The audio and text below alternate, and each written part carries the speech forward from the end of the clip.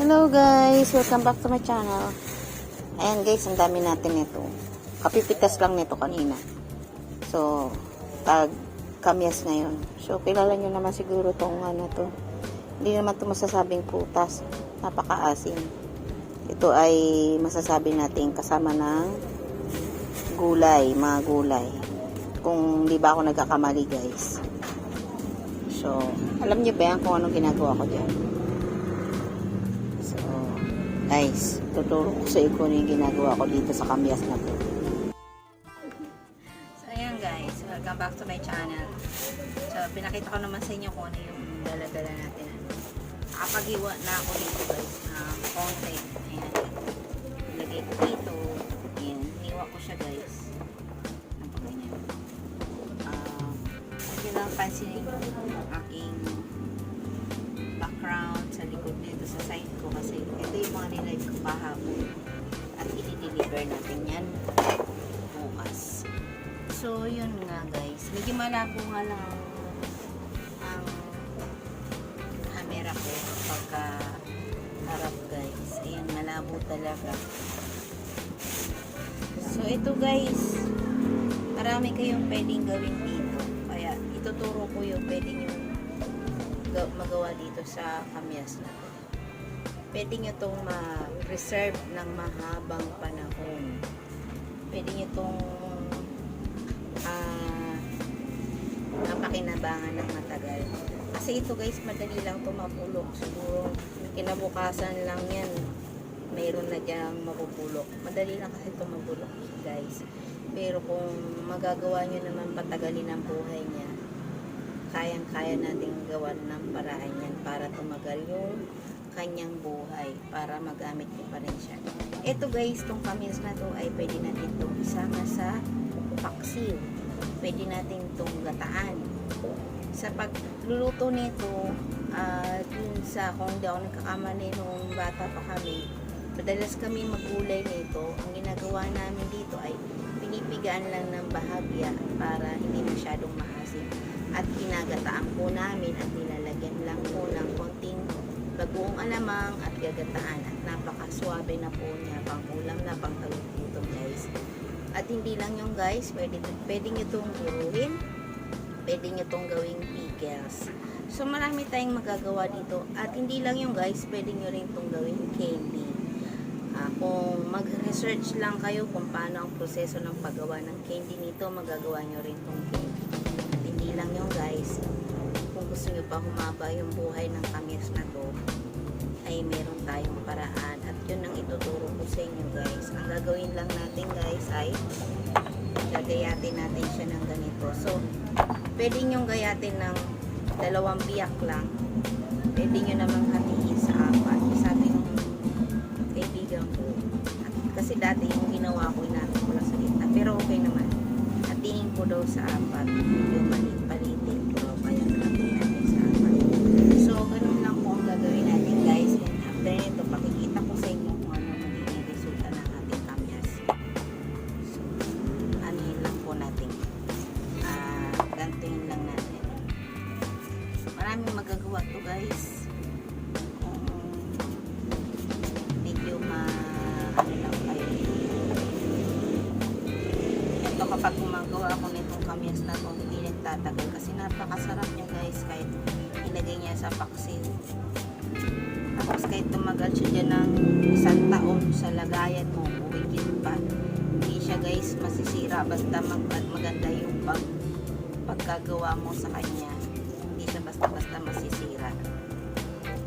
Kahit aputin pa yan ng 3 taon, ilalagay mo lang siya sa malinis na lalagyan. So ganito lang guys. Ito marami to. Marami. So ang dami natin ibiyakin. So biyakin lang po natin lahat yan. At sasabihin ko po sa inyo kung anong gagawin natin dito after natin mabiyak.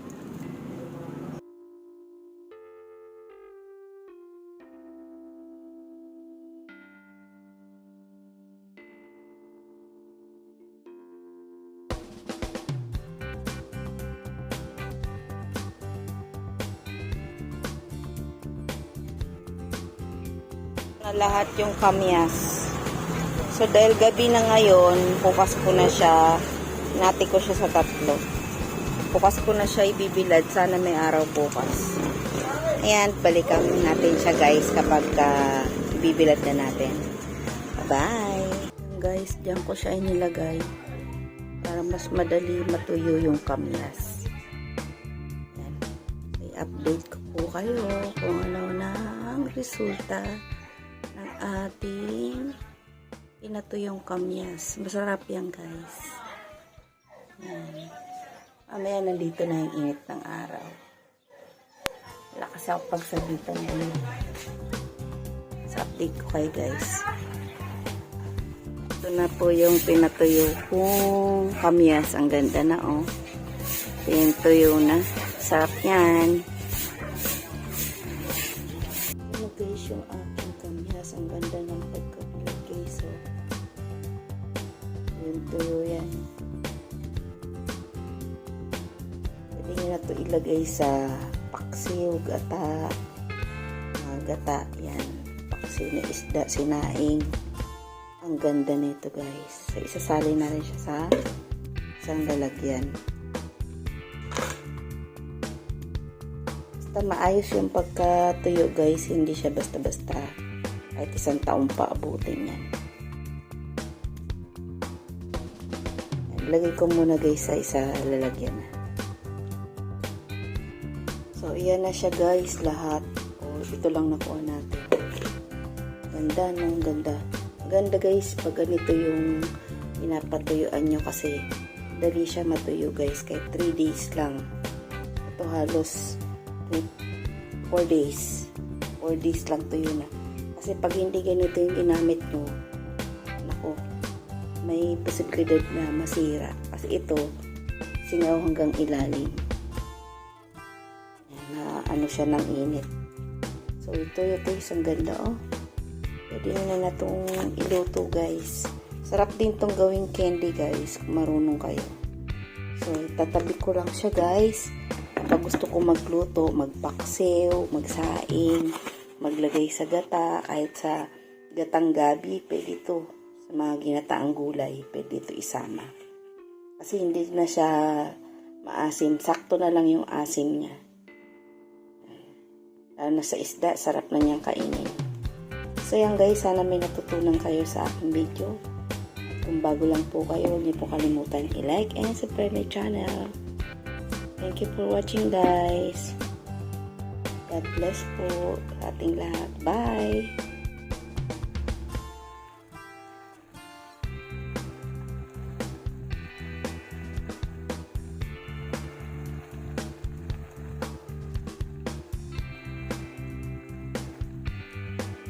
Alam kung anong isda ito sa inyo. Tinanggalan ko na ng kaliskis. Masarap to guys kapag paksiw. So ito yung ating kamyas na binilad. Nugasan ko siya binabad. So hindi naman marumi ang ating kamyas dahil binilad natin yan sa net. Kaya malinis yung ating kamyas. Kahit tugasan nyo lang yan. So naglagay ako dito ng kamatis. Trip ko lang maglagay ng kamatis, sibuyas, bawang. Lagyan natin ng talong guys. Yan.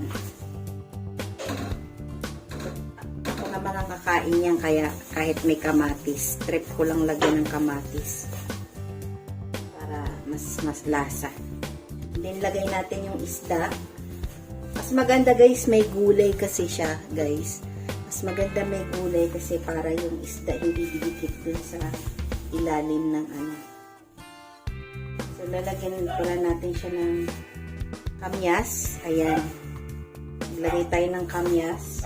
Depende sa inyo kung gaano karami ang gusto nyong ilagay na kamyas. Sarap yan, guys. So, yung kamyas, marami yan. Pero, pag titingnan mo, kakaunti na lang kasi natuyo na.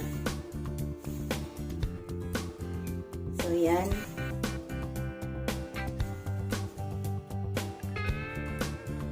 So, nalagyan na natin. Tapos, ilagay natin yung ibang ricado sa ibabaw.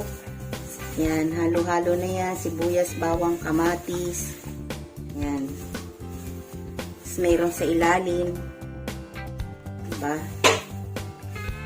So, yan. Masarap yan, guys. Tapos ilalagay natin itong huli nating kamyas. Meron sa ibabaw, meron sa ilalim. Ako, napakasarap na ito guys. Lalo na siguro kung ilalagay yan sa gata, napakasarap. Ilalagyan natin ng paminta. Ayan. Tapos konting toyo.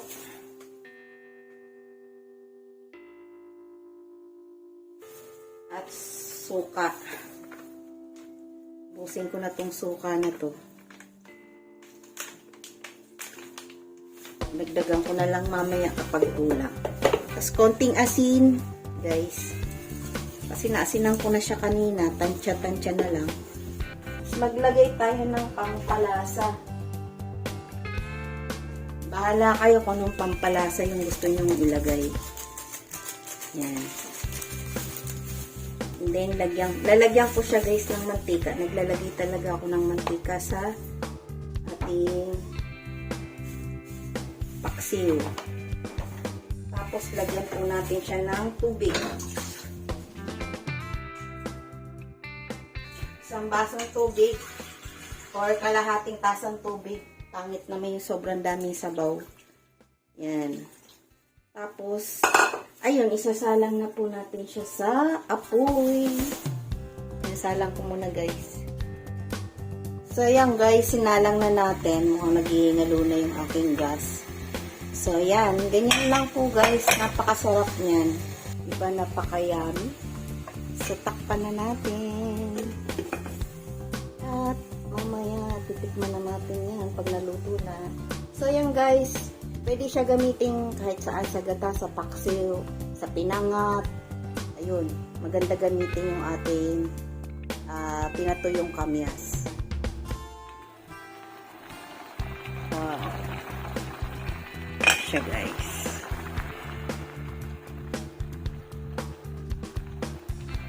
Yummy. Medyo madilo yung ano niya, sabaw niya kasi lagyan ko ng konting turmeric. Sarap ng ating paksiw. Yummy. Try nyo na po. Naku, naghihingalo na yung aking kalan.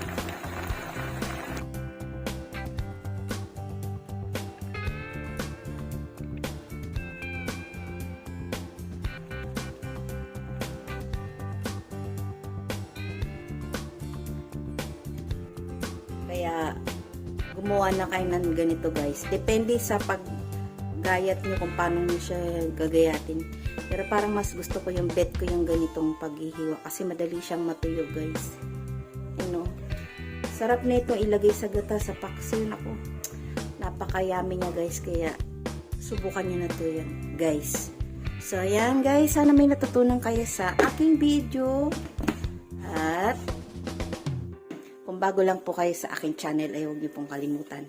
Like and subscribe my channel and don't forget to hit the bell button para lagi kayong updated sa anumang video na upload ko. So, ayan guys. Thank you guys. God bless and bye. Thank you for watching. Bye.